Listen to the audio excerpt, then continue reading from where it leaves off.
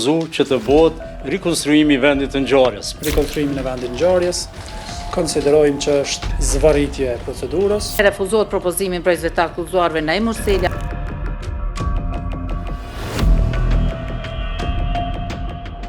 Në seancën e mbajtur me 22/12/2025, gjykata të gjitha palëve ju ka dhënë mundësinë që propozimin për nxjerrjen e provave të reja t'i dorëzojnë deri me datën 9 janar 2026.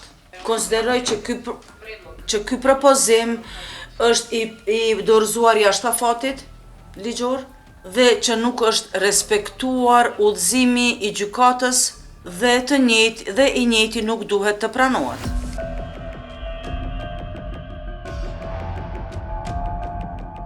Edhe në përmbajtje përveç çështjes së afatit, e kundërshtojmë rikonstruimin e vendit ngjarjes, konsiderojmë që është zvarritje e procedurës. Nuk ka as edhe një fakt që ka mendru nga ajo që kanë deklaru pandehurit gjatë marrjes tyre në pyetje,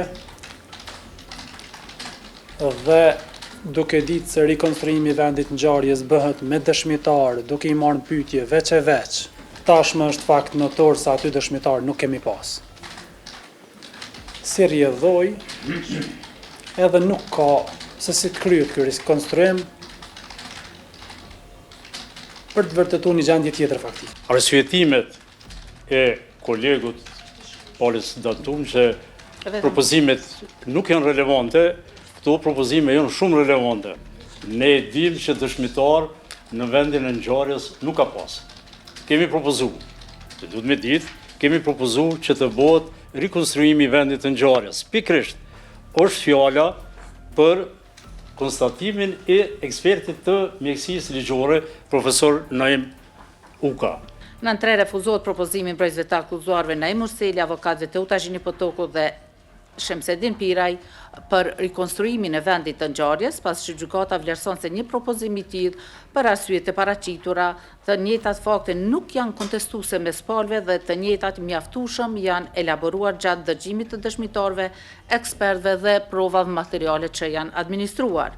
Refuzohet propozimi që të shtjellohet si provë CD e komunikimit mes të akuzuarit Naim Urseli me fëmijët e tij, pas që e njëjta nuk mund të shërbejë si provë për vërtetimin e ndonjë fakti relevant, pas që kemi të bëjmë me një komunikim prind-fëmijë, si dhe refuzohet propozimi për nxjerrjen e kartografisë së telefonave të marrë në vendin e ngjarjes, pas që nuk do të kontribonte asgjë në nxjerrjen e një prove të tillë. Për më tepër, telefonat e Naim Urselit dhe Liridona Ademajt kanë qenë të fikur, prokuroria është angazhuar në sigurimin e tyre, por ata telefona nuk kanë pas qasje.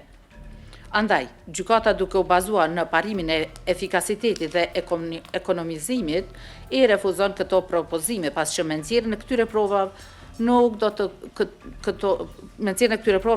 të kontriboj asgjë në ndriçimin e kësaj çështje penale.